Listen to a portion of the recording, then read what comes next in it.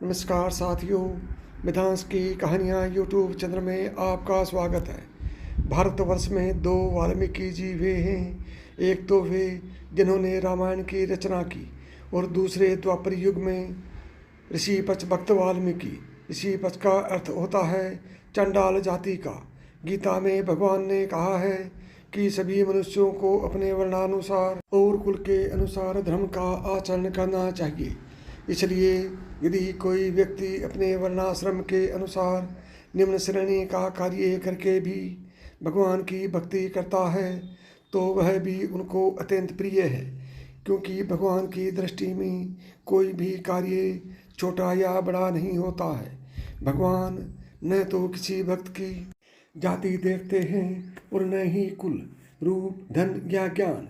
वे तो उसी जीव से प्रेम करते हैं जो उन पर विश्वास करके यह मान लेता है कि मैं उनका हूँ, वे मेरे हैं। भगवान पतित पावन और दीन बंधु होने के कारण दीनहीन और पतित से भी उतना ही प्यार करते हैं। इस बात से संसार को अवगत कराने के लिए ही भगवान श्री कृष्ण ने राजा युधिष्ठिर के यज्ञ में एक लीला की, जिसका वर्णन इस कथा में किया जा रहा है।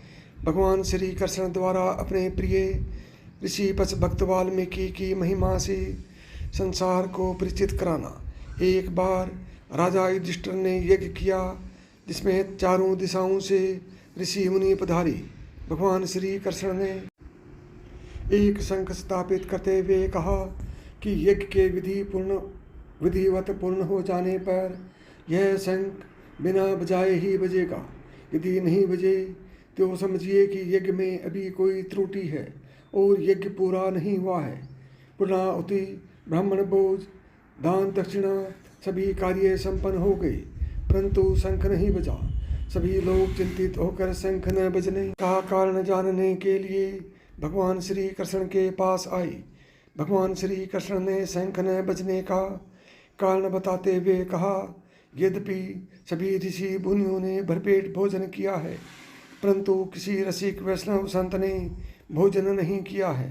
मैं सर्वश्रेष्ठ रसिक वैष्णव भक्त उसे मानता हूँ जिसे अपनी जाति, विद्या, ज्ञान आदि का बिल्कुल भी अहंकार न हो, जो अपने को दासों का दास मानता हो।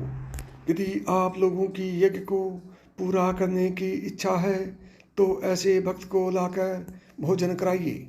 भगवान की बात सुनकर युधिष्ठिर बोले, ऐसा भगवत दत्त को हमारे नगर में आसपास कहीं दिखाई नहीं देता है। ऐसा भक्त तो किसी दूसरे लोक में भले ही मिले। भगवान ने कहा, नहीं, वह तुम्हारे नगर में ही रहता है, तुम्हारे यहाँ आता जाता भी है, उसे कोई नहीं जानता, क्योंकि वह अपने को प्रकट नहीं करता और अपनी भक्ति को गुप्त रखता है। यह सुनकर वहाँ उपस्थित सभी लोग आश्चर्यचकित हो गए और श्री कृष्ण से उसका नाम बताने की जिद करने लगे। भगवान ने कहा, ऋषि भक्त वाल्मीकि के घर चले जाओ। वे सच्चे साधु हैं और अपनी भक्ति को गुप्त रखते हैं, पर सावधान रहना, भक्तों की भक्ति का भाव अत्यंत गंभीर होता है। उनको देख कर तुम्हारे मन में कोई विकार न आने पाए। अर्जुन और भीमसेन ने ऋषि पच भक्त वाल्मीकि के घर पहुंचकर उन्हें दूसरे दिन भोजन पर आने का निमंत्रण दिया। भगवान श्री कृष्ण ने द्रौपदी को अच्छी प्रकार से सिखाया कि तुम सभी प्रकार से सटरस व्यंजन बनाओ। तुम्हारे हाथों की सफलता इसी में है कि एक भक्त के लिए तुम सुंदर रसोई तैयार करो। दूसरे दिन रसोई तैयार होने पर राजा युधिष्ठिर ऋषि भक्त वाल्मीकि को लिवा लाई। भक्त वाल्मीकि ने कहा, हमें बाहर ही बैठा कर भोजन करा दो। भगवान श्री कृष्ण ने युधिष्ठिर से कहा, पाकशाला में बिठा कर ही भोजन कराओ।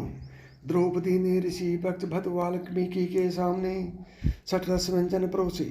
वाल्मीकि जी ने सभी व्यंजनों को मिलाकर एक कर लिया और भोजन करने लगे। जैसे ही प्रसाद का एक कौर लिया, शंख बज उठा, परंतु थोड़ी देर बजकर फिर बंद हो गया। तब भगवान ने शंख को एक छड़ी लगाते हुए पूछा, तुम कण कण के भोजन करने पर ठीक से क्यों नहीं बज रहे हो?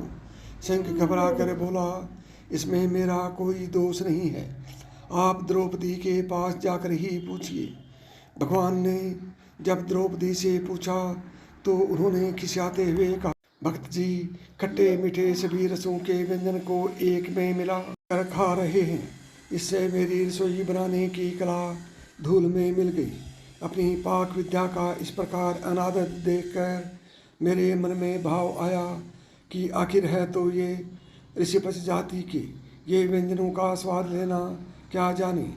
भगवान श्री कृष्ण ने ऋषिपच जी से सभी व्यंजनों को एक में मिलाकर खाने का कारण पूछा। वाल्मीकि जी ने कहा, इन व्यंजनों का भोग तो आप पहले ही लगा चुके हैं, अतः ये सब व्यंजन न होकर मेरे लिए भगवान का प्रसाद हो गया है। अब इनको व्यंजन मानकर अलग अलग स्वाद कैसे लूँ? यदि इन्हें व्यंजन की दृष्टि से ग्रहण करूँ तो कोई पदार्थ स्वादिष्ट लगता है और कोई अरुचिकर, फिर इसमें प्रसाद बुद्धि कहाँ रहेगी? मैं तो प्रसाद का सेवन कर रहा हूँ, व्यंजनों को नहीं खा रहा हूँ। यह सुनकर शंख जोर जोर से बजने लगा और सभी लोग ऋषिपच भक्त वाल्मीकि की जय जयकार करने लगे।